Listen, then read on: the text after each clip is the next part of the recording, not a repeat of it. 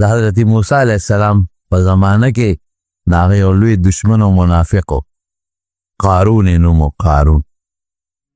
ځکه بعضې علماو دا هم لیکلي چې دا د موسی علیه السلام د تره زوی و. خیر دونه محقق او مضبوطه خبره نه ده، خو د موسی علیه السلام رشته داری کېدی. لوی مال ولا خدای ورکړی، لوی دولت، دومره دولت او مال الله ورکوي چې قرآن شریف کې الله تعالی فرمایي چې خزانې یې دومره ډېرې وې، المارۍ خزانې چې د هغې کونجانې به یو لویې ډلې ګرځولې. ته خپله سوچ کوو چې دونه ډېرې کونجانې چې هغه یو ډله اولو عصبتن په هغې باندې به درنې وې له تنوع، هغې به وړې نه شوې چې کونجانې دونه ډېرې جرندې به څونه، او چې جرندې دونه ډېرې المارۍ به څونه، او چې المارۍ دونه ډېرې نو مال او دولت به پکې څونه. دونه مال او دولت یو محل عظیم الشان محل. اوس هم تاریخ اگر چې بعضې مورخین ورسره اتفاق نه کوي او بعضې مورخین وایي چې په مصر کې اوس هم یو محل هغه د آثار قدیمه والا موندلی دی، کودۍ ورپسې کړی د بعضې کمرې په ځمکې د پاسه غیبي دي، او چې دې څونه کودۍ کې نو لاندې پکې نورې کمرې هم شته. د څلېرویشتو او یو مورخ وایي 40 کمرو محل او څنګه محل؟ داسې محل و چې په هغې کې په دروازو په لرګي د سرو زرو د سپینو زرو ګلکاري شوې وه او د هیرو د جواهراتو ګلکاري پې شوې وه. په چتونو کې قنادیل، دې زمانه کې دا مونږ ورته څه وایو د بجلۍ دا شیدونه چې خلک یې ویځندی، هغه غونچک داسې ده او لیمپونه، هغه زمانه کې به پکې ډیوې او لاټینونه کېښودل، نو قنادیل به پکې ویځاندو، دا به د بادشاه په محل کې او مریان یې څونه و په زرګاو په سرګونو نه وینځې په زرګاو وینځې، او اسونه او خان د اسونو په زینونو د سرو زرو ګلکاري شوې ده چې په لاره به روانو د په سوونو نوکران مخکې وروستو به ترې منډې والې، او دا مال یې پیدا کړی کوم ځای نه دی، سودخورو، یو به سود کاو، دویم به یې څه کول، دویم به د خلکو نه فصلونه 3 کاله او 4 کاله مخکې په ارزان نرخ واخیستل. زمیندار غریبانان خو محتاج د 3 او 4 کالو دا به پیشکي پیسه ورسره وه د خلکو نه په معمولي پیسو واخیستل، او چې بیا به کله فصلونه هغوی سنبال کړل او پاخه به شو نو په ګرانو پیسو به یې خرڅو او خلکو له به یې پیسې په سود ورکولې. مثلا د 1,00,000 روپۍ والا میاشت پس په ماله 100,000 د پاسه راکړې، چې میاشت پس به راله 100,000 د پاسه پیسې بیا نشته، بله میاشت یو لږ 1,500,000 شوې، بله میاشت که دې را نه کړې 2,00,000 شوې، بله کې 3,00,000 شوې، بله کې 4,00,000 شوې، دا به پې ختې، دا پیسې او پې زیاتېدې، او په ناب تول کې به هم ډېر کمې کاو، دې سره ډېر زیات مالدار شو، دولتمن شو. حضرت موسی علیه او منځ به یې کاو، منافق و. دلنه یې موسی علیه السلام نو منلې، ظاهر کې به د موسی علیه السلام سره منځ هم کو، ظاهر کې به یې روجې هم نیولې، ظاهر کې به 200 روپۍ صدقې هم ورکولې، ظاهر کې به د موسی علیه السلام په مجلس کې هم کېناستېده. حضرت موسی علیه السلام حکم وکړ د زکات چې د خدای په مال کې زکات ورکړي. دته چې پته ولګېدله چې موسی علیه السلام خو زکات ویله، ده خو بلا دولت و، زکات خو یې لکونه په کروڑونه پیسې کېدلې. وی موسی علیه السلام زکات حکم وکړه، وی د ایمان هم لږ و چې لا اوس راپسې زکاتونه مقرر کړه، ایمان هم راوړی دی، بس مسلمانان دا ډېره ده که نه. ګورې اوس هم بعضې خلک دا خبرې کوي، دا منځونه کوو به دا ډېره ده که نه، دا څه ټیکسونه رانه د اسلام او د ایمان دي. مسلمان شم نو ټیکس رانه وسلي، مسلمان شم نو سره باندې پیسې ږدي. حضرت موسی علیه السلام ته اطلاع ورسېدله چې سړی ګډې وډې وایي په ډېره نرمۍ، حالانکې موسی علیه السلام جلالي مزاج والا و، سخت طبیعت و. ورغې ورته کېناسته، په ډېره نرمۍ باندې پوه کړه کارونه مال دله خدای ډېر زیات درکړی، ډېر زیات مالدار هر څه سره شته، او مهرباني وکړه ما ته الله حکم کړی د ما خپله خبره نه ده، د خدای په مال کې زکات ورکړه، او زه ځان له ګورې نه غواړم کارونه. که ته وایې چې دا ځان له غواړي، ځان له نه غواړم، زه خپلو رشته دارانو له نه غواړم، زه د خدای د مخلوق له غواړم. مه کوه، دا مال دنه پاتې دی، یک تنها الله ته روان دی. نه به د ځان سره پیسه یوسې، نه به یو غلام یوسې، نه به یو مرایي یوسې، نه به یو وینځه بوځې، نه به دولت یوسې، یک تنها به رب العالمین له روانې، بیا به دنه رب العالمین تپوس کوي نبی کریم صلی الله علیه وسلم فرمایي چاله چې الله مال ورکو د په دې مال کې د خدای حق ورنکړ د قیامت پر ورځ به د دې مال نه خدای پاک یو اجدها جوړه کړي یو لوی اجدها شجاع هغه به د په دې غاړه کې ور واچوي او دا شونډې به وله خوري دا وښکو باندې به وله چکونه لګوي ټکونه به ورکوي انا مالک انا کنزک زما رنیمه زه ستا هغه مال یم مال زه ستا هغه خزانه یم دا چکونه به لګوي غاړه کې به پروت او نبی کریم صلی الله علیه وسلم فرمایي والذین یکنزون الذهب والفضة ثم لا ينفقونها في سبيل الله فبشرهم بعذاب أليم اغه خلق چې سره او سپین جمع کوي د الله لار کې نه ورکوي د دردناک عذاب زیری ولا ورکه خبره که چې خطرناک او دردناک عذاب دی یوم یحمى علیها فی نار جهنم فتقوى بها جباههم وجنوبهم وظهورهم هذا ما كنزتم لانفسكم فذوقوا ما كنتم تكنزون دا مال به د دوزخ په اور ولا تخته کی تخته او ګرم تخته برالي په شا به داغ ورکي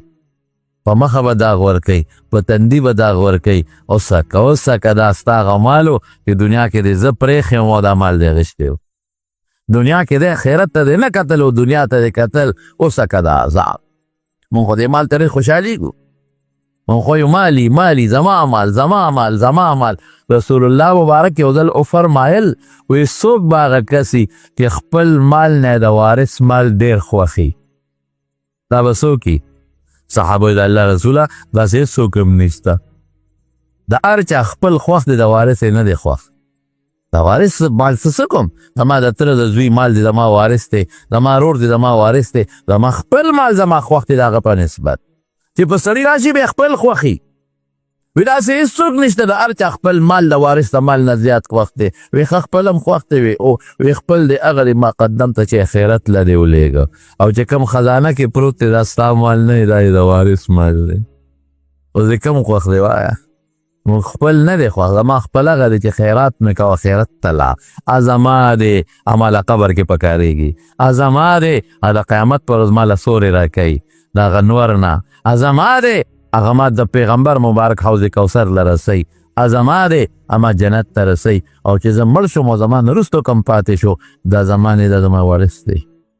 نو ما خو خپل خوښ نه که ما خو د وارث مال خوښ که او په یو موقع نبی کریم صلی الله علیه وسلم او فرمایل یتبع المیت ثلاثه دوه څیزونه مړي پسې مقبرې ته روان مالو یو رده مال دی مال ورپسې روان دی مال یې څه شی دی مال یې کټ دی مال یې پوزکې دی هغه زمانه کې غلام دی وینځه ده دا ورسره دی یو مال ورپسې روان دی دویم ورسره څه دی مقبرې ته قریبه رشته دار ورسره دی چې کوم د رشته دار تره دی بچی دی دا ورسره دی او دریم څه شی دی عمل ورسره دی دا درې څیزونه ورسره روان دی مال روان دی رشته دار دوستان دا روان دی عمل روان دی دوه ته واپس راشي یو ورسره پاتې شي مال هم ته واپس راغی غلام هم رایم ته راغی چې کوم کټ پوزي کې د شپېته کاله وخت تېر کړی دی هغه هم ته واپس راغی پوزکې هم ته واپس راغی هغه تولی بالغ کې ورسره ایښود هغه هم ته واپس راغی هغه رشته دار او بچي هم ته واپس راغلل کم شی ورسره پاتې شو عمل موږ هغې ته نه ګورو موږ مال مال هغه دی چې تا خیرت ته ولېږه مال هغه دی چې تا د خدای په لار کې ولګو مال هغه دی چې تا زکات ورکه زکات طهرا لاموالکم علیه السلام فرمایي چې زکات دې ورکه چې دا باقي در سره کومه خزانه پاتې شو دا پاکه شوه دا هغه مثال دی لکه صفا پاک وینه چې ته وبس کې او چې زکات دې نه ورکړې او د مال سره پروت دی دا داسې ده لکه په کوي کې چې مردار سپی پروت دی او ته وبس کې دا مال دی پاک نه دا نجس دی پلیت دی تا ته پلیتی نه ښکاري فرشتو ته ښکاري تی په بین نه پوهېږې فرشتې ستا د دې مال نه چې کومه بدبویي دي د ډیران غوندې هغې ته پته ده چې دا بدبویه مال دی او دغه بدبویه مال چې ته خورې زکات نه ورکې مال نجس دی بدبویه دی دغه ټیپر خورې او که دا کباب خورې او که دا سرې کړې غوښې خورې نو دا د مردارې چکوي کې پروت دی هغه شی دی نو تا ته خو به بوی پته نه لګي چې ته خورې فرشتو له تې کرکه ورځي نیکبخته څه ګند خورې الله وایي دا ته څه ګندونه خورې دې وجې نه خو مونږ دې مال تباه کړی یو دې مال زموږ دننه وجود برباد کړی زموږ روح یې برباد کړی دی نه مو مونځ ته شوق کېږي نه مو تلاوت ته شوق کېږي نه مو نیکیه ته شوق کېږي ولې ځکه دا پلیت او بدبوی او ګنده څیزونه مو خورو مال نه چې زکات ته ورکړه لکه چې مرداره یې د کوی نه وویستو کوی دې وځانځو او کوی صفا او پاک شو خوره دغه پاک مال اوسه دا به ستا وجود له فایده ورکوي مونځ ته به دې شوقي تلاوت ته به دې شوقي دین ته به دې شوقي او شریعت ته به دې شوقي نو قارون منافقو د موسی علیه السلام دی ښه زکات ورکم ای قارونه ځان له نه غواړمه مه کوه ګورې مه کوه خدای ډېر لوی مال درکړی دی او مهرباني وکړه د خدای په مال کې زکات ورکړه بس قارون پوه شو چې دا اوس په جنجال وړېدم دا خو لکونه روپۍ زما زکات کېږي او چې کله بار به راووت او د قارون د مال دولت ته به خلکو کتل نو خلکو به مسویلي کول او دومره مال لیت ما اوتیا مثل ما اوتیا قارون اوهو قارون ته چې کم مال ملو دی که داسې زما وې خلقو به تمنا کولا دې وجه نه رسول الله مبارک الله قرآن شریف کې فرمایي لا تمدن الى ما متعنا به ازواجا منهم زهرة الحیات الدنیا وی که د چا بنگله دی ولیده مه ګوره ورته که د چا لوی مکان دی ولیده مه ګوره که د چا باغونه دولتونه کارخانې دی وکتل مخ دې واړوه د دنیا ډول دی خدای ته ودرېږه چې الله سره کم شی دی هغه د دې رده له بهتر دی موږ خدای غر کړو یا سازش ورته جوړ کړو بیا سکیم ورته جوړ کړو دا بنګلې ولې ده دا موټرې ولې دی دا کارخانې ولې ده دا ځمکې ولې ده دا قومې ولې دی دا رورې ولې دی دا خلک عزت ولې کوي دا ښکلې ولې دی دا بچي ولې دي دا سازش بیا جوړوم زه ورته دوست داسې څه چل پکار دی چې دې ذلیله کړم ها او خدای به خبر نشي کنه فرشتې به خبر نشي کنه ولې قیامت خو منې نه قبر خو منې نه اخرت خو منې نه چې ماله به رب العالمین اخرت کې دې سزا راکوي نو قارون ته ډېر په طریقه نصیحت وشو دې قارون ته دې وزن کې کمې زیاتې چې کوي دې سود خور ته او دې قارون ته چې دا په ناجایزه طریقې په خلکو ظلمونه کړي پیسې جمع کړي دي او لویه خزانه کړې ده نو قارون وی چې د دې موسی نو دا خو جنجال جوړ دی راته بس څه کنه ایمان اسلام وروړي دي کنه ټیکسونه ولې لګې اوس د موسی علیه السلام خلاف سازش جوړ څنګه سازش جوړ کړه پیسه خو ډېره د یو جینۍ وه په بني اسرائیلو کې ښایسته وه ښکلې وه هغه یې راوسته وایي داسې کار کومه ته په ډک مجلس کې پاسې او ویې به چې د موسی علیه السلام ما سره ناجایزه تعلقات دي پیسې چې څومره غواړئ زه در کوم نو په پیسو خلک هر څه کوي دولت دپاره او پیسو دپاره جینۍ پوه کړه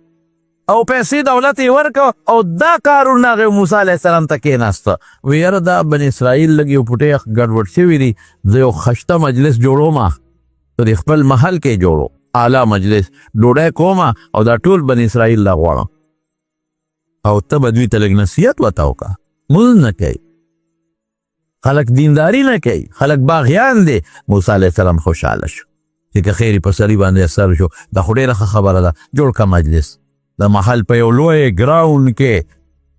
یو لوی مجلس جوړ کړه بن اسرائیل ټول راغوښتل موسی علیه السلام هم خوشحاله دی چې که خیر قارون سم شو خلک راغواړي زه ورته نصیحت کوم ښځې رالل ماشومان سړي رالل لوی اجتماع او جلسه جوړه ده موسی علیه السلام ته کرسی ممبر هر څه چې و کېښودلی شو او موسی علیه السلام د دې خلکو ته بیان کوه او چې څومره ګناهونه دي د دې ټولو ذکر وکړه خلک په ګناهونو سر دی چې خلک سم شي موسی علیه السلام لګیا دی خوشحاله دی قارون ته نه دعاګانې خیږي ښه کار وکړه مونځ کوی روجې نیسئ نیکی کوي زکاتونه ورکوي دا ګناه به نه کوي دا به نه کوي ورې که چا زنا بدعملي وکړه سزا یې مرګ دی مرګ سزا مرګ دی او آخرت کې به هم خدای لویه سزا ورکوي یو سړی لمسولی وپاڅېده وی د الله پیغمبره موسی که دا ګناهونه ستا نه صادر شو بالفرض انسان دی تا له څه سزا وي که ما نه صادر شو زما هم دغه سزا ده په سزا کې د انسان د پیغمبر او د غیر پیغمبر فرق نشته زما هم دغه سزا ده خو چې دی ووایي جینۍ ته اشاره وکړه هغه پاڅېده بری مجلس میں لو ډک مجلس کې جنې پاسېده او موسی خلکو ته یو څه کې بل څه د خدای پیغمبري ته خو خلکو ته ګناهونه مه کوه او زناکارۍ مه کوه او ستا ما سره رابع او بیت نه دي ما سره تعلقات د زنا نه دي خدای پاکه چې دی ووایي د موسی علیه السلام پښتانه وایي هغه زه درته پښتنو خبره کوم هلک وایي ځمکه خپونه مې ځمکه وتښتېده بیا په پیغمبر کې الزام ولګي دا خو تبعي ده پیغمبر خو داعي دی خلکو د نیکۍ دعوت ورکوي چې زه تاسو سره د نیکۍ دعوت در کوم او په ما کې یو ګناه راغله او تا ته پته ولګي چې دی دا ګناه کوي رښتیا ووایه زما دا خبره پته لګي بیا چارې هم نه لګي استاد هلته یو څه وکړې بل څه دا خو ته هسې مونږ ته خپګړې وړې وې که دا شی صحیح وي نو تا به بیا مونږ ته پخپله به دې په عمل کوو نو خپله دې په عمل نه ته مونږ ته وې خو چې دا خبره جینۍ وکړله او بس خلکو تپار شروع شو منافقین خو وو لاسونه پړقېدل شروع شو مردباد او زندهباد چغې جوړې شوې واقعي دا څه وشو ته خو تا ته خو مونږ پیغمبر وایو ته مونږ ته نیکي ښې او دا چلو دې شروع کړل جینۍ سره روابط او ناجایز تعلقات دې شروع کړل بس موسی علیه السلام کې خو جلال دی موسی علیه السلام هغه جینۍ ته وایي ای جینۍ ودرېږه تا سره زما روابط شته وي او تعلقات شته ډېرې زمانې نه ولې خبرې پټې بس موسی علیه السلام جینۍ ته آواز وکړو وایي ستا دې په هغه ذات قسمې چې کوم ذات ستا خالق دی تاله د ښکلی شکل درکړی دی او کوم ذات تاله د ښایسته ښکلی وجود درکړی دی او کوم ذات به تا فنا کوي موجنې به دی او آخرت ته بدلېږي په هغه ذات دی ستا قسم یې رښتیا خبره کوه وایه که ما کې ووایه ګډې وړې مه وایه رښتیا خبره وکړه او چې د الله نوم د جینۍ واورې د پره پیدو شوه لاسونه پر پیدو شو رنگ زیړ شو رپې پې ولګې وی نه نه خدای نوم مې راته واغشت دا هغه به درته تپوس کې رښتیا خبرې کوه وی رښتیا ویم وی قارون پیسې راکړې دي وعده یې کړی دونه پیسې به درله درکړو هغه لمسولې بني اسرائیلو واورئ قارون پیسې راکړې دي ما ته یې په دې موسی الزام ولګاو دا بدنامو دی به بدنامول غواړي نو زما د خولې نه ووتل معافي غواړم ته د خدای پیغمبر یې پیغمبر د ګناه نه پاکي پیغمبر نه خدای واړه او غټ دواړه ګناهونو نه بچ ساتي الله محفوظ ساتي پیغمبر هر پیغمبر خدای محفوظ ساتلی نبی کریم صلی الله علیه وسلم یو ځل فرمایل یو ځل زه هلک وم رکوټ یم په مکه کې وادو په هغې کې ډول سورنا وه په دې ودونو کې د شپې دا دمان ممان ګنډېږي او دا سندرې مندرې پکې د اجراګانو او ډمې مې ووایي ما سره ملګري و هغې وې واده له نه د شپې زم کشر و مړه مې وتاو شو راکوټ یې ومه لاړو چې لاړو یو میدان کې د دنیا خلک جمع دي مونږ هم په دیاره کې په ځمکه کېناستو وی اوس به هغه لوبه شروع کېږي هغه ډول سورنا به شروع کېږي او هغه ډمه به راځي یا جوار څه چې ګډېږي به وی کېناستو وی چې کېناستو خلک کېناستل زم کېناستمه وی دې کې ماله خدای خوب راوسته اوده شومه اډمه دا ورسه چې دی او ډول او سونه حالانکې هغه ډنګه ډومه څومره چیغې وي خلک خوب دغه وخت کې چاله کوم ځای ورځي شته خوب د خلکو نه تختی هغه لګیا د اډمې هر څه وکړل شپه تېره شوه زه دیمه وایي چې مجلس ختم شو د ما هغه ملګري زوړه کړه هلکه ورپاسه که نه راویښې کړم وایي چې راویښې کړم چې شی به کله شروع کېږي وایي شی ختم هم شو وی زه لا ماشوم هم چې الله د دې نه ساتلی پیغمبر خدای دونه محفوظ ساتي د پیغمبر جامه خدای محفوظ ساتي ولې پیغمبر متعلق الله و یطیع الله و اطیع الرسول دا د تابعداري به کوي نو که دی ګناه کوي خو ګناه کې به هم ورپسې بیا دی که نه دا خو نشته چې دا به دې منم او دا به دې نه منم د هغه چې څه دي هغه منې ما اتاکم الرسول فخذوه ما اتاکم چې څه درته درکړل وما نهاکم عنه فانتهوا چې څه درته ویې کې فرق نشته چې دا به منې دا به نه منې نو که ښه کوي که بد کوي بیا به منې نو خدای بدونه پیغمبر ساتلی دی بس جینۍ پاسېده وایي دا ټول قارون ما لمسولی یم پیسې را کړي دي پیسو وعده را سره کړې ده بس ستا په سترګو مې دې نه مخکې چې تا تنیلی دی په بدو خو سوال نه پیدا کېږي بس خلک هم چې چا چغې والې وې خلک هم ستومانه شو قارون ظالمه دا زونه ظلم قارون ظالمه دومره ظلم حضرت موسی علیه السلام الله ته لاس اوچت که مظلوم به بیا چا ته لاس پورته کوي بل خو نشته زموږ څه دي نور موږ سره کلاشینکوف نشته نه پې پوهېږو موږ سره ټوپک نشته نه پې پوهېږو موږ سره خو نوکران نشته نه ساتلی شو. موږ بیا چاته ته غریب ته مسکین او په تا یو ظالم ظلم کوي نو ته به چاته فریاد وکې. ان یمسسک الله بدر فلا کاشف له الا هو. ایمان میں بیا دا دی چې تکلیف د تو رسیږي دا تکلیف ختمونکی الله دی. څوک؟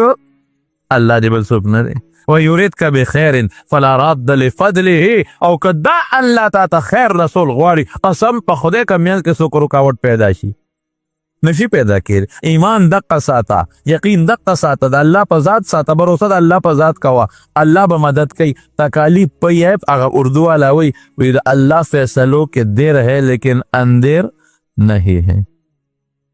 دیر ہے لگ برستو شي خیر دی گناه به دی ورجیږي. لگ به یو پوټی دی وکړی، لگ به دی پریشانه کی گناه به دی ورجیږي. یو خدای دلا جنت کې یو مرتبه لیکلی د رب نبی علیہ السلام فرمائی یو سړي له مې جنت کې لویه مرتبه نیولې ده، لوی بلډینګ مې جوړ کړی دی، لوی محل مې ورته ساتلی دی. د دونه عمل نشته چې په عمل ور ورسي، د دونه عمل نشته چې په عمل ورته ور ورسي. نو داسې تکلیف تک ټوک پې راولمه نو په هغې وله مرتبه اوچته کم نو ور ورسو. نو د دنیا دا تکلیفونه به راځي، مشکلات به راځي او انشاءالله ګټه به د مظلومي د ظالم بني بیا یا به د الله مدد. اوهو چې پیغمبر مبارک فرمای صادق او مصدوق او د الله نه نقل کوي چې رب العالمین فرمای اے مظلومه لانصرنک ولو بعد حین، لږ ساعت پس دی وي خو مدد به دې کوم. او مضبوط الفاظو سره وي لانصرنک ولو بعد حین، څه موده پس به دی خو مدد به دې کوم. مایوسه کېږه مایوسه کېږه ما خیر دی، دې تکلیفاتو سره د ګناه لرګړر کوم، دې سره مرتبه دې بلندوم، مدد به دې کوم. زمارونو بس موسی علیہ السلام جوش کې راغی او یا الله سوچو ما سره، الله ستا پیغمبر سره سوچ په دا مجلس کې، الله مال دولت قارون له ورکو، رب دا فیدې تیلی الله زه خو یې رسوا کړم، زه خو یې بدنام کړم. وی وایه موسی چې څه دی خوښه اختیار مې درکړه. وی ښه، وی ځمکې راکاږه راکاږه ځمکې. بس قارون ته ځمکه وشلې د محلم لاندې لاړ او قارون هم روان شو. چې د کونډو پورې لاړ، اے موسی معاف مې کا. وی نوره راکاږه. چیغې وی موسی معافي غواړم. وی راکاږه ځمکې. چیغې والې الله ما اے موسی معاف مې کا، غلطي مې کړې ده. په ډول مجلس کې چیغې وم ما کړې دي، غلطي کړې ده، معاف مې کا. وی راکاږه نوره ځان ته. غیب شو په ځمکه، خدای ور دننه که او رسول الله مبارک فرمایي په د خپه تاویږي تر قیامته پورې به ورو میچن کې لاندې روان دی. محل هم لاړ، دولت هم لاړ، سرم لاړ، سپین هم لاړ. او موسی علیہ السلام آواز وکړه د څوک ملګري یې چې څوک یې ورسره ودرېږي، ګنې باقي ته یې خوا شوی، صرف دوه ظالمان ورسره پاتې شو، باقي ټول توبهګار شو. دوه هم ورسره لاړل، هم ځمکې راښکل. قارون لاړ، ختم. اچھا چا به لاسونه مګل اوهو موږ هم قارون غوندې دولت پکار دی، اوهو داسې بنګله موږ وي څنګه به وه، اوهو داسې غلامان نوکران زموږ یې ښه به وه. هغې بیا وي افسوس چې داسې نو، شکر دی چې داسې نو، شکر دی چې نو. محل لاړ، مال سره سپین ارس په ځمکه لاړل. الله پاک ډېر عجیبه پیغمبر سره داسې کله نیازبینې او خشته ښکلې خبرې هم کوي. د پیغمبر محبوب دی رب العالمین، ډایرکټ نسبت دی. موسی علیه یخ شو، الله بالکل یخ شو. یوې چغې درته وویلې معاف دې نه که. الله څنګه معاف کړی وې؟ که دا تا ما سره مدد ربه نه وې کړې او زما یو ټکي چا نه منه، خلکو به وي ته کیسه او دا څه دي او دا چینه ودې ویروله نو ځکه منکره شوه، یا به خلکو دا بدنامي به کوله. نو وی ښه ګوره مه کوه، ډېر ارو رحم دې رانغې. نه الله په داسې ظالم رحم نه دی په کار. وی ډېر سپیرو قارون که نه، الله وی موسی ډېر سپیرو قارون ډېر سپیرو. تا ته چغې والې نو که یو چغې ما ته والې وی ما بخه، یو چغې ما ته دې وخت کې والې وی چې الله نو ما به بخلیم. اوس پیره ما ته چغه ونه واله، تا ته چغې والې. سازش یې جوړ کړه د موسی علیه السلام خلاف، پکې ګیر شو که نه شو؟ او داسې ګیر نه شو تر قیامته پورې ګیر دی. دنیا کې چې یو سړی اوسېږي د دنیا کار به هم کوي، پیسه به هم ګټي، محنت به هم کوي، مشقت به هم کوي. داسې هم نه ده چې سړی د دنیا کې اوسېږي او د ملنګې ژوند دې تېروي. بعضې خلک یي که نه په دنیا کې دا ملنګانې او څښا بینتې ځي او چا سره شپېلی په لاس کې وي او چا سره بیزو په لاس کې وي هغه ګډی او سریللې جامې وي او د مانځه وخت یې دلته غواړي خیر غواړي کچکول وسره خلک وایي دا لوی سړی دی. دا روم لوی سړی نه دی. لوی سړی به مونږ هغه ته وایو چې الله ورته لوی سړی ووایي. د الله رسول ورته لوی سړی ووایي او شریعت ورته لوی سړی ووایي. دی مونږ نه کوي څنګه لوی سړی نه که نه وي ملنګي اختیار کړی ده او دولت یې پرېښی دی. ما یې دې ته لویوالی نه وایي. حضرت عثمان خو دولت نو پرېښی رضی الله عنه. عبدالرحمن ابن عوف رضی الله عنه خو دولت نو پرېښی. دولت پرېښودل خو کمال نه دی. د دنیا شلېدلې جامې غوستل خو کمال نه دی او کچکول په لاس یې ګرځول خو کمال نه دی. سوال حرام دی، قطعي حرام. سوال به نه کوې، د مخلوق نه غوښتنه به نه کوې او دی خو کچکول په لاس ګرځي. یو ځای دانې غواړي او بل ځای غنم غواړي او بل ځای کیوړه غواړي او د دې غنمو دانو دپاره کله بیزو ګډی او کله ښکر کې چغې وي او کله شپېلی وي. دا د کوم ځای نه کمال شو؟ د شریعت خلاف، د پیغمبر علیه السلام خلاف او د الله خلاف. مونږ نشته او دس نشته. دی ملنګي کوي دی ملنګي که نه په ملنګې سړی کمال ته نه رسي. که یو سړی غریب دی، جامې نشته، پیزار یې نشته او دی ورسره خدای یادوي، دی ورسره تهجد کوي، دی الله یادوي او د الله ذکر کوي او خدای ته یې ځان نږدې کا. دا د خدای په نزد ډېر قدرمند دی. د زمونږ په اصطلاح کې عموما چې کوم سړی مالدار خاني وی دا د خدای نه لرې نه. هغه مالدار او خان چې هغه د الله عبادت کوي، هغه مالدار او خان چې حلاله نفقه ګټي او په حلال ځای کې لګوي، هغه خان او مالدار چې حج ته ځي، عمرې له ځي، جومات کې امداد کوي، غریب سره امداد کوي، ګاونډي سره مدد کوي. قسم دې دغه کم ملنګ چې بېلماز او بېودس او سوالګر او خیرمار دی، د هغه نه ځمکه ډکه که د خدای په نسي دا مالدار بهتر دی. او هغه غریب چې د پروزې دره کې نه لګي او شلېدلې جامې چولې ده، مونځ کوي او دس کوي او خدای رضا کوي او ذکر کوي. هغه خانان چې هغوی مونځ او دس نه کوي، خدای نه یادوي، حلال حرام نه پیژني، هغه یو غریب د دې خان نه ځمکه ډکه هغه ته غوره دی. نو یوازې ملنګي او غریبي دام کمال نه دی او یوازې پیسه ګټل دام کمال نه دی. ګوره دولت بره دنیا بېشکه ګټي. یو صحابي دی د حضور پاک حضرت سعد ابن معاذ رضی الله عنه. دی د یو قبیلې سردار دی، اوس قبیله به یې ورته وي. یو ځل حضور پاک مبارک له په مخه ورغی، نو د دواړو جهانو مبارک سردار ورسره مصافحه وکړه، لاسونه یې ورسره میلاو کړل. نو چې لاسونه یې میلاو کړل، د دې صحابي دا لاسونه سخت و. څوک چې کار کوي کوداله وی، سسکوره وی، دا لاس یې لږ غوندې کلک وي. د دغه صحابي لاسونه سخت و، کلک و، دا ځایونه یې کلک و. نو حضور پاک مبارک په پیش و، وی سعد ابن معاذ وی دا لاسونه خو دې سخت دي،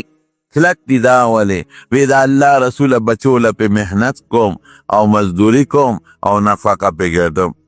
سسکوره پې وام، کوداله پې وام، چاري پې راکاږم، ځکه سخت دي. حضور پاک مبارک د هغه دواړه لاسونه راوچت کړل او ورله ښکل کړل. وی دا لاسونه به جنت ته ځي. نو ځان له محنت او مزدوري حرامه نه ده که یو سړی کسب کوي. طلب الکسب الحلال فریضة، طلب کسب الحلال. نبی کریم صلی اللہ علیہ وسلم فرمائے طلب کسب الحلال، د حلال رزق طلب کول فریضة بعد الفریضه، دا دویم نمبر فرض دی. ولی چې حلال رزقونه ګټې ځان له او بچو له، روجه به څنګه ونیسې، وجود به دې کمزوري، او بچي به دې مونځ څنګه کوي، او ته به مونځ څنګه کوې، او ته به غریب سره مدد څنګه وکړې، او حج له به څنګه لاړ شې، او زکات به څنګه ورکې، او صدقه به څنګه ورکې، او جومات به څنګه جوړ کړې، او د ګاونډي مدد به څنګه وکړې، دا خواله کېږده چې سړي سره پیسې او دولت یې والا نو د مارونو مال ګټل دا نه ګناه ده او نه جرم دی. عبدالرحمن ابن عوف رضی الله عنه په صحابو کې مالدار او حضور پاک تم پته ده چې مالدار دی. چې کله وفات شو څومره مالدارو، چې کله وفات شو نو د هغه مال تقسیمېده. نو څلور بیبیانې وې. نو یوه بیبي یې وی زه په میراث کې پوره حصه نه غواړم، ماله په دې نقد مال کې لږ غوندې شی راکې، نقد مال کې پوټې راکې، پوره نه په آسونو کې غواړم او نه په ګډو چیلو کې غواړم او نه په اوښانو کې غواړم او نه په کورونو او په ځمکو او په باغونو او په جایداد کې غواړم، په نقد مال کې پوټې غوندې شی راکې، نور مې حاجت نشته. نو 80,000 اشرفې وله ورکړې، بلکې یو ځای کې 4.5 راځي. 80,000 اشرفې، یوه اشرفې نن سبا د بلو پیسو د سلګونو نیم قیمت زیات دی، ځکه اشرفې د سرو زرو سکه به وه. نو د دې نه کروڑونه روپۍ جوړېږي، کروڑونه. دی د ښځې پوره حصه نه ده، پوره حصه چې د سړي 4 ښځې نو د یوې پکې 32 حصه کېږي، حصه 32 کېده. نو که دی 32 حصه نو ټول مال یې څونه شو؟ حضرت طلحه رضی الله عنه سره څونه مالو، صحابي دی، دومره مالو پخوا خو دا کاغذي روپۍ نه وې، ډبلې روپۍ به وې. نو هغه اکثر زنګ کېدې به ابه صفا کولې. نو د صفې طریقه څه جوړه کړې وه، دومره نه وې چې لاس کې راوالي یا نوکران ورته کښېني یو صفې کې، په میدان به یې واچولې. نو اوښان او قچرې او خره به یې پرې ګرځول چې د هغې په خپو دا پاکېږي او ځپېږي. اندازه ولګوئ څومره مال ده، خدای نه دی پرېښه. مال دولت ګناه نه ده، خو خدای به ورسره نه پرېږدي، الله به نه پرېږدي. رجال لا تلهیهم تجارت ولا بیع عن ذکر الله، قرآن شریف کې الله فرمایي. صفت کوي وی بیع هم ښه ده، تجارت هم ښه دی، دکانداري هم ښه ده، نوکري ملازمت سړی کوي دا هم ښه دی، او د دنیا کار روزګار هم ښه دی، خو چې الله یې نشي. او که الله دې ير کو صرف دا دنیا دی واغشتا، نو حب الدنیا، محبت د دنیا بیا رأس کل خطیئه، د هر ګناه جرړه د جرړه بنیاد ته. بس داسې محبت بنه کې چې الله پاتیس. که دنیا سره لکه دکان دی د مانځه وخت راغی زر به بند کې جومات ته به منډه کې، تګي به پکې نه کې، دوکه به نه کې، الله به رضا ساتي. او که نه ته په دې کې دوکه هم کې، حرام هم کې، او ورکې سپک او اخلي درانه، او د مانځه وخت راشي او ګاک رانه خرابېږي، نو دا هغه دنیا ده چې نبی کریم صلی الله علیه وسلم هغه مینه شو دنیا سره د آخرت په مقابله کې، دا دنیا سره مینه شو د الله په مقابله کې. نو دا هغه ده چې وي حب الدنیا رأس کل خطیئه، وی د دنیا مینه د هرې ګناه بنیاد دی، بنیاد دغه بنیاد شو. الله حضرت سلیمان علیه السلام یو ډېر لوی بادشاه تیر شوی دی او پیغمبر، او په دې دنیا باندې د هغه حکومت و. یوازې په انسان نه، په پیریانو هم حکومت و. تاسو چې دیوان ورته وایې، په دې پیریانو کې یو مضبوط قسم دی، ډېر کار کوي او په لږ وخت کې ډېر کار کولی شي. په هغې باقاعده حکومت و، پیریان او په انسانانو. او الله والا قرآن شریف کې الله فرمایي داسې ژبې ورکړې وي چې د دې حیواناتو په خبرو هم پوهېده، او د مارغانو په خبرو هم پوهېده، او د میږو په خبرو هم پوهېده. دا ولا الله یو طاقت ورکړی و. او په هغه زمانه کې چې څومره دنیا وه او څومره خلک په ټولو د پاسې حکومت و، الله نه سوال کړی رب هب لی ملکا لا ینبغي لاحد من بعدي، الله داسې بادشاهي راکړي چې زما نه پس تر قیامته پورې دا بادشاهي بل چاله ممکنه نی، مناسب نی، ممکنه نی د بل چا وینه. یو ځل حضور پاک مبارک صحابه کرامو ته فرمایل، وی بیګا یو پیری راوی،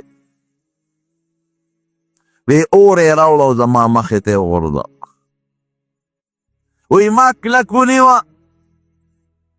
وی ما وی د جومات د ستن پورې تړم چې سبا دا ماشومان او ښځې ورته وګوري او دا واړه به پورې لوبې وکړي. بیا مې د خپل ورور سلیمان علیہ السلام دا دعا را یاد شوا چې رب هب لي ملکا لا ينبغي لاحد من بعدي چې الله داسې بادشاهي راکړي چې بل له مناسب ني نو د هغه په پیریانو او په شیطانانو په دې بادشاهي وه نو مې که دې زه نیسم خو دا زما هم په د بادشاهي قایمه شوه د لاس لاندې مې راغی نو بیا د ما ضرور د سلیمان علیه السلام په دعا کې یو بوټی کموالی راته فرددته خاسئا نو ذلیله مې خوشې کړه چې ځه نه دې تړم د دې پیریانو باندې بادشاهي وه ګوره څومره بادشاهي ده دې پیریانو به وله کار کو یعملون له ما یشاء من محاریب وتماثیل وجفان کالجواب وقدور الراسیات دا غټې غټې د پیریانو به وله کار کو نو غټې لوی لوی پینې او لوی لوی خانکونه به یې وله جوړول او آباده به پې جوړول آباده غټ او تصویرونه به پې جوړول هغه زمانه کې د تصویر سازۍ اجازت و چې محل به یې جوړ که نو ځای په ځای به یې په هغې کې خشته خشته تصویرونه جوړ کړل او خشته خشته ښکلې ښکلې نقشې به یې پکې جوړې کړل یعملون له ما یشاء من محاریب او دا غټې غټې بلډینګونه به یې پې جوړو دا خدای پاک دل یو بادشاهي ورکړې وه پیسه ډېره وه چې پیرې دې تابع شو بیا د څه کمې دي بیت المقدس یې جوړاو لګیا دي انسانان هم پکې کار کوي او پیریان هم پکې کار کوي او پیریان به تلل په دریاب کې دننه به یې پې غوټې والې وی د دریاب د مین نه هیرې او جواهرات او ملغلرې راوباسې دریاب کې دننه څوک غوټې والیس او شا به په دې غرونو ګرځی او چې کوم خشته خشته کاڼې او تیږی هغه راغونډوی چې په دې جومات کې ولګو ښکلې ښکلې اعلی ماربل او مزیدار څیزونه دا به پیریانو راوړل زمونږ پښتانه وایي که نه وی پیریانو ته غزنې څه دی په یو سیکنډ کې یو ځای ته بل ځای ته رسېږي پیریانو دا ټول تعبیر نو تاسو دې نه اندازه ولګوئ چې مالداري څونه شوه او بادشاهي یې څونه لویه ده لیکن یو ځل د جهاد دپاره اسونه یې ورته راوستل وي اسونه چې څومره دي دا حاضر کړئ اسونه یې مخامخ ورته ودرېده نو ډېر اعلی اسونه او قیمتي مزېدار دې شورو دې د دې اسونو معاینه کوي په چا لاس راکاږي په دې غاړه باندې د چا په ملا باندې او ډېر زیات خوشحاله دی ورته الله دومره اسونه دې راکړي دي څومره اعلی قیمتي خشته مزېدار دې کې د مانځه وخت شو او د مونځ وخت لا مونځ پاتې شو اوهو قرآن شریف کې الله فرمایي دا سوی شو دې د دنیا مینې خو زه د الله نه غافله کړم فطفق مسحا بالیمین والعناق دې ورشئ توره روان دی دا ټول بالالوم پرېږدمې نه په دنیا خوښه وه په دې اسونو جهاد کو او د دنیا بادشاه دی او د الله نه غوښتیم ده او داسې ترې غوښتې ده وایي داسې به راکوي چې تر قیامته پورې له بل چا نه او الله وایي بلکل مې وله ورکړه خو چې یو مونځ دی د هغې اسونو د وجې پاتې جو ټول اسونه یې حلال کړل ټول یې ذبحه کړل حلال یې کړل دا خیرات دی چې څومره خلک یې خورئ ولې الله نه یې غافله کړو رجال لا تلهیهم تجارة ولا بیع عن ذکر الله دنیا بری د الله نه غافل کوي کلا بل تحبون العاجله وتذرون الاخره الله وی دنیا هم پوهه کړې ده او آخرت هم بیر کړې آخرت به یې نه الله به نه نو دنیا بده نه ده ازم نشته حضرت زبیر رضی الله عنه د حضور پاک د ترور زوی دی ډېر لوی صحابي دی او نبی کریم صلی الله علیه وسلم فرمایي لكل نبی هر پیغمبر یو خاص مددگار ملګری وي حواری ورته و حواری الزبیر زما خاص دوست او خاص ملګری حضرت زبیر دی نو د نبی کریم صلی الله علیه وسلم د ترور زوی دی او د بیبي د حضرت زبیر او د حضور پاک بیبي دا خویندې ویني حضرت عائشه صدیقه دا د نبی علیہ السلام مبارکه بیبی وه او حضرت اسماء رضی الله تعالی عنها دا د حضرت زبیر بیبی وه. نو ښځې دا دواړه خویندې دي چې کله وفات شو په بخاري کې په جلد ثاني کې یو اوږد حدیث دی او ګران ذیم دی ګران د وصیت وکړه خپل زوی ته زوی یې راوغوښته ای بچې په ما قرضونه دي ګورې دا قرضونه به خلاصوې 2 لکه درهمه قرض وپې 2 لکه درهم ډېر قیمتي وي وی دا به خلاصوې وی دی اب ډېره ښه ده اوس نور وصیتونه یې وکړل نو چې هغه مالونه یې قیمت کړل نو 2 لکه کم 6 کروړه درهمه مال یې وخته 2 لکه کم 6 کروړه درهم چې نن تی اربونه روپۍ جوړي نو مال ګټل او مال جمع کول حرام نش خدای به ورسره نه پرېږدي الله نه به غفلت نه کوي موږ دا مال سره کړی دی خدای هم پرېښي حالانکې دا مال او دولت که دې مال هم خوښي نو خدای ونیسه خدای ته توجه ورکه ځکه دا مال او دولت او دا عمر او عزت خو د الله په اختیار کې دغه حضرت سلیمان علیه السلام یې خدل په لاره ته میږي دي په هغه علاقه کې نو چې د دې میږو که مشره میږی ده نو هغې چغه وواله اواز یې وکړه یا ایها النمل ادخلوا مساکنکم ای میږیانو خپلو کورونو ته سلو کې ننوځئ لا یحتمنکم سلیمان و جنودهم لا یشعرون سلیمان او د هغه لښکر روان دی هسې نخپې د باندې کیدو چخلام نه کي په ځان نه پوهېږي ګوره ډېر لوی په تیزۍ روان دي فتبسم ضاحکا من قولها چې کله سلیمان علیه السلام اخو د میږو په اواز پوهېده او په خبرو یې پوهېده اواز یې واورېده نو ویې خندل مسکی شو ویې خنده مسکی شو میږی راورغی وی یو خبره درته کوم چې څومره خوراک خورې ستا څومره رزق دی او څومره خوراک خورې وی په کال کې یو څاڅکې اوبه ټول کال کې د څاڅکي م حصه او د غنم د دانې یو معمولي غوندې حصه دا زما د ټول کال خوراک وی رښتیا دی وی یو رعیت ته حکم وکړي دا میږی والې یو خاص ځای کې بنده کې چې دا ته بارونه دي او دغسې یو دانه یو نیمه خوراک هم ورته کېږي او یو څاڅکې اوبه هم ورته کېږي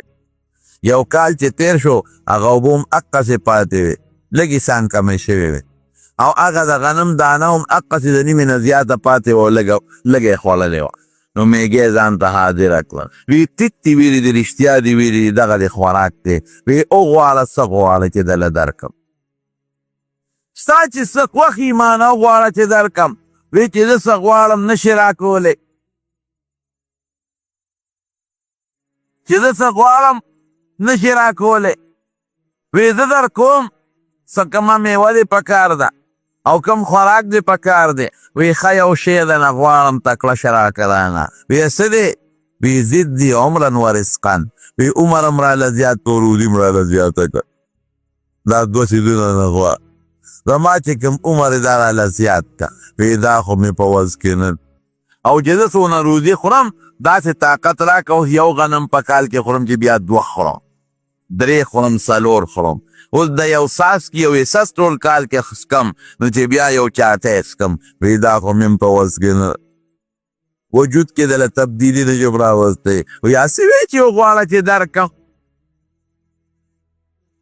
یو ځلې الله ته سوال وکړه الله ډېر لوی مال او دولت ته راکړی دی زه ستا د ټول مخلوق له ډوډۍ کو نشي پوهه نه ماته خو الله تا طاقت راکړی دی یو کال دپاره اجازت راوې نشي پوه وی یو میاشت له اجازت راوې نشي ورکولی وی یو هفتې له اجازت راوې نشي ورکولی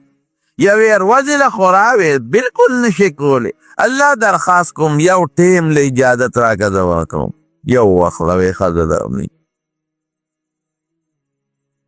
فوراً پیریانو ته انسانانو ته حکم شروع چې د الله نه مې اجازت غوښتې دی او د الله مخلوق له ډوډۍ ورکو او چې څومره شالې ځمکې دي دې کې کرونده وکړې چې کوم چې غنم وکړی او جوار پکې وکړی مثلا هغه زمانه کې چې د خوراک څه څیزونه ګیاګانې مو کرئ سبزی مو کرے ټماټر هر شی وکرے میوې مو کرے پیریان دیوان لګیا دي او الله تعالی ولا هر شی تابع کړو هوا تابع وا هوا چې تابع شوریت بم در طرح پیدا کړي او باران بم در ته وریږي هر ټوله دنیا زرغونه شو او د دریاب په غاړه د الله په حکم یو لوی ځای کې دار سره جمع کړل پیریان دیوان لګیا دي انسانان هم لګیا دي رشې جوړې شوې رشې هلته حیوانانو لم خوراک ورکوي د هغې ګیاګانې هم را جمع شوې او دا پیریان دیوان په دې غرونو او په دې ځنګلو کې ګرځي او د هغې ځای نه میوې راغونډوي داسې علاقې دي چې هغه هم سم د میوو ډکې دي خو د انسان لاس ورته نه رسي لکه د افریقې او د یورپ دا ځنګل او د غرونو دا سرونه قسم قسم میوې به یې پکې خو موږ هغې ته نه رسېدی شو نه ورته انسان رسېدی شي دا پیریان لګیا دي دا هغه ځای نه دا سیوان او مڼې او قسم قسم څیزونه دي راغونډوي او راوړي او دا ګیاګانې هم راوړي او دا خوراکونه دي د دریاب په غاړه د دنیا یو لوی ځای دی هغه میدانونه ډک شو هوا تابع د هغه پې د پاسه چلیږي یخه هوا چلیږي چې دا خوراکونه څښانه شي اوریاس پې د پاسه ولاړه ده چې نور پې نه لګي چار سه جمع کړل او د ده خپل خیال دا دی چې الله خو وایي چې ته یو وخت هم پوره ډوډۍ نشي ورکولی مخلوق لرې ده دا ما دومره مال جمع کړه چې دا ټول مخلوق ورته ونغلي په کلونو کې هم نشي خلاصول میږي دي څونه به دې خوري کبان دي څونه به دې خوري انسانان دي څونه به دې خوري او دا ټول حیوانات را جمع کړو چې ونغلي ورته نو څونه به دې خوري او هغه زمانه کې مخلوق هم زوره نه ولاتې اوس څونه مخلوق په یو خاص علاقه کې مخلوق اوسېده دومره خور نو الله د مشورې نه بغیر پیغمبر کار نه کوي الله سره مشوره وکړه الله د چا نه شروع کوم وی د دریاب د دې حیواناتو نه موقع جوړوم وی دا به څنګه راځي وی ته ول اواز ورکړه زه به اواز دې ټولو ته ور ورسوم او ټول به راشي حضرت سلیمان علیه السلام ول اواز ورکړه ای د دریاب کبانو حیواناتو چې دریاب کې څومره یې ټول زما میلمانه یې د الله په حکم ټول راشه د دریاب په غاړه مې قسم قسم څیزونه درته ایښودي دي چې د چا پکې کوم شی خوښ یې خوله راوچته کړې واخلې دی چې اواز یې وکړه یو کب راغی او خولې یې راوچته کړه د دریاب یو کم او دا جامې لکه د قینچي په شانتې یو سر یې د رشې په یو طرف کې کېښو او بل یې په بل طرف کې کېښو او چې دواړه یې راغونډې کړې چې څه موجود و ټول یې الواق تېر کړل هر څه ختم اګیا میوې خوراکونه غوښې چې څه ټول په یو جامه کې یو کلب سره هر څه تېر کړل خوند یې پې ونه و هر څه ختم حق دک سلیمان علیه السلام سره د وزیرانو په تخت شاهي ناست او تماشې ته خوشحاله دی چې مال خو ډېر دی او دا خو په کلونو کې هم نه خلاصېږي او سره د وزیرانو د دې نایبانو پوره ممبرانو د پارلیمنت دا ټول ورسره ناست دي چې شی هر څه هغه و او هغه کب او خولې وازه کړه سلیمان علیه السلام ورته وویل اخو تا هر څه ټول خلاص کړل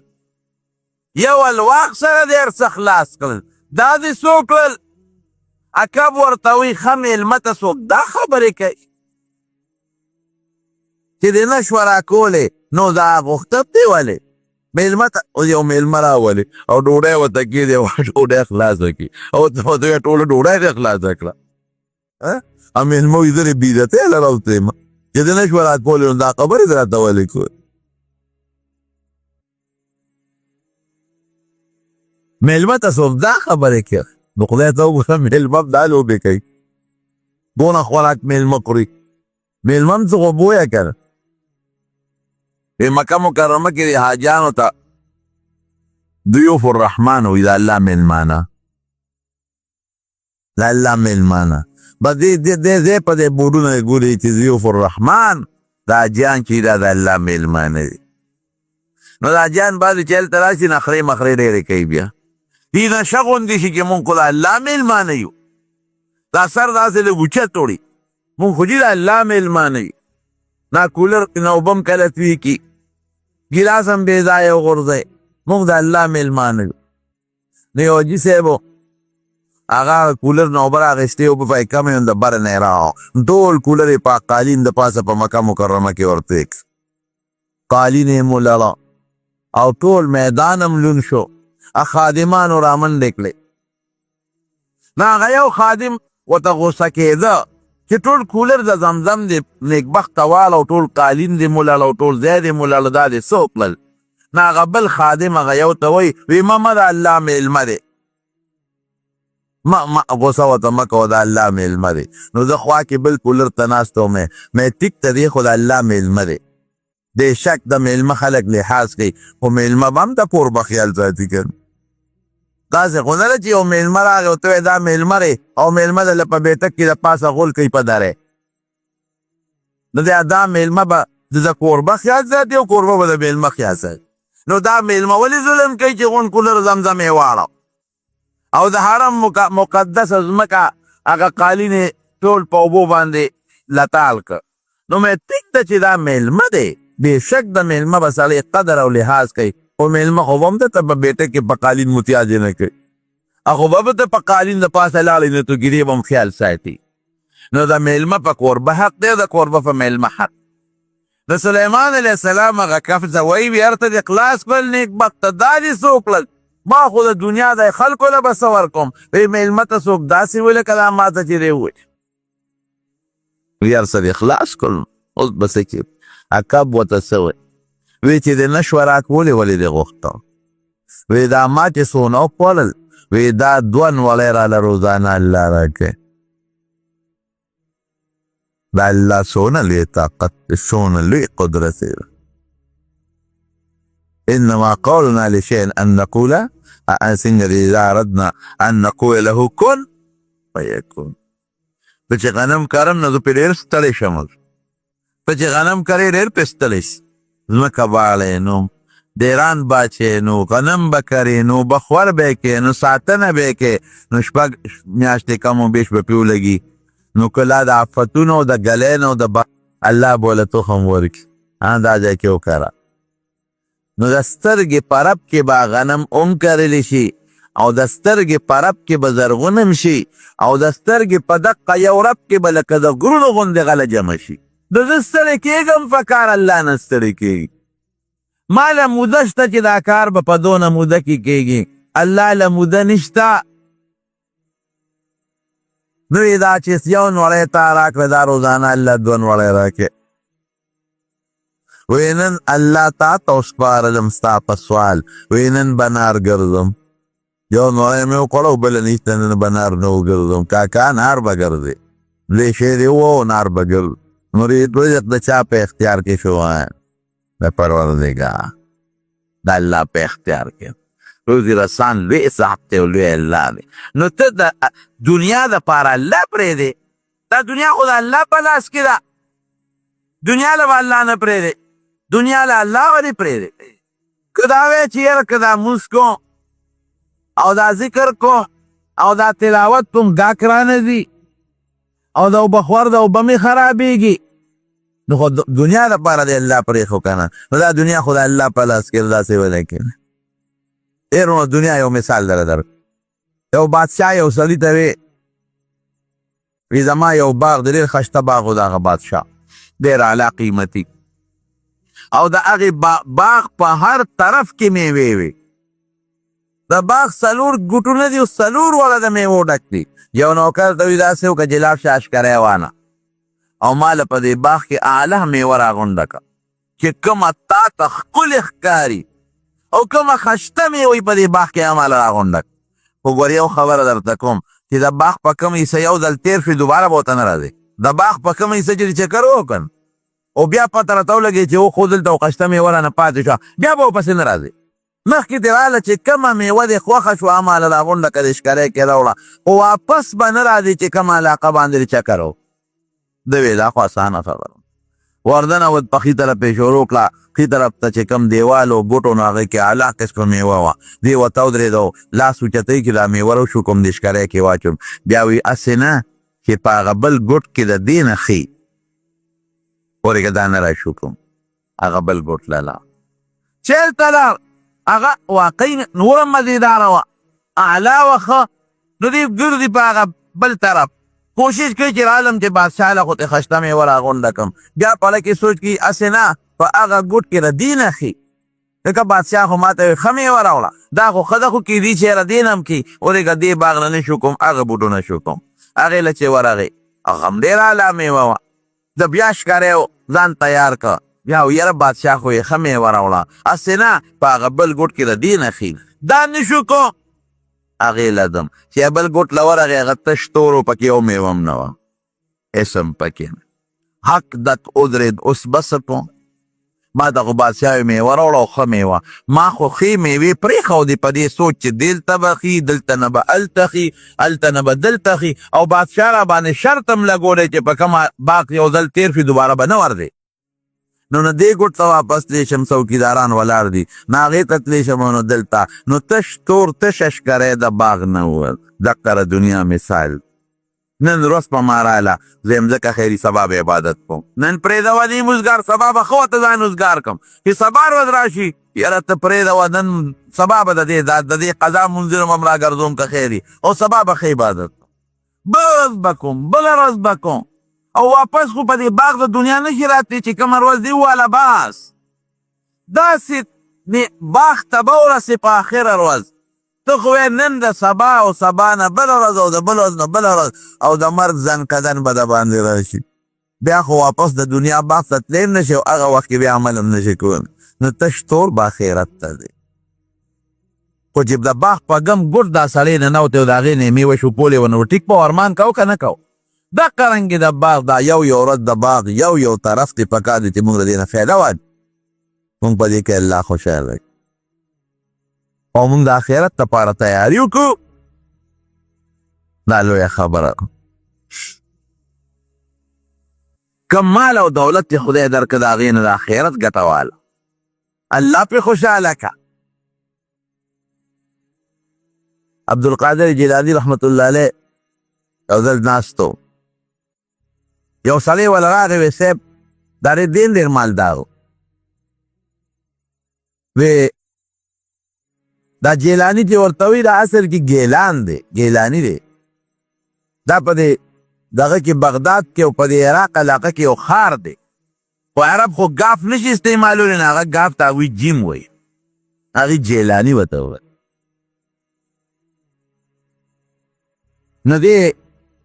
یو ځل ناست دی یو نوکر وله راغی وي په کښتۍ کې ستا بلا بحري بیړه کې چې څومره مال و نو کښتۍ غرقه شو دی وی الحمدلله نو لږ ساعت پس بیا سړی وله راغی وی صاحب کښتۍ بچ شوه طوفان پرې راغی مونږ خو یې واورېده خو نه بس بچ شو مال دې بچ شو نو دی بیا وی الحمدلله چې درس اخلاص کړي نو شاګردان دا ډېر لوی عالم وګورئ عبدالقادر جیلاني رحمت الله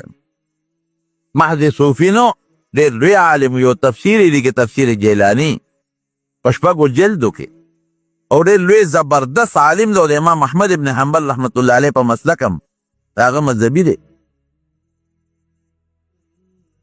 نو شاګرد ته تپوس وکړه درس ته پس وی صاحب وی چې مونږ چار اصلي ورته وي چې کښتۍ غرقه شو نو بیا دې مې الحمدلله او چې بیا وي چې د غر کېدو نه بچ نو بیا دې وی الحمدلله نو هم په غر کېدو د خدای ثنا وي هم په پیدا کېدو د خدای ثنا وی نه ما په ثنا په دې نه ده ویل وی چې دراله اطلاع راکړه چې کښتۍ غرقه شوه نو ما خپل زړه ته وکتل زړه مې د کښتۍ پسې خفه دی او که نه دی خفه نو زړه مې نو خفه زړه مې مطمئن و مطمئن هېڅ قسمه خفه نو او زړه کې مې دا شی پروت و چې الله خو ستا مال و تا راکړی ولاړ که اخیرت خو نه دی ته د دنیا لاره که اخیرت چې لاړ نو دا طبعي ده د انسان دپاره نو ما نه خو اخیرت نه دی تللی ما نه خو دنیا لاره او دا دنیا راکړې تا او تا راواخېسته نو به پکې څه دي اوس ما سره یو څادر د چې امانت پروت دی او ما له هغه سړی راغی هغه څادر یې رانه پورته کړ نو زه پرې ورته ولې خفه کېږم خو پردي شي و راکړی او ما ترې څه موده فایده واخېسته واپس یې رانه واخېست خبره خلاصه شوه نو پړه کې مې سوچ وکړ نو خفه ورپسې نو ما وی چې الله دا مال خو تا راکړی او تا رانه زړه کې مې دا پروت او دا مال تا راکړی او دا مال خو تا واخېست زما پکې شو ولې خفه کېږم نو ما په دې د الله حمد وایي چې شکر دی خدای چې زما زړه کې دې شي پسې خفګان نشته حمد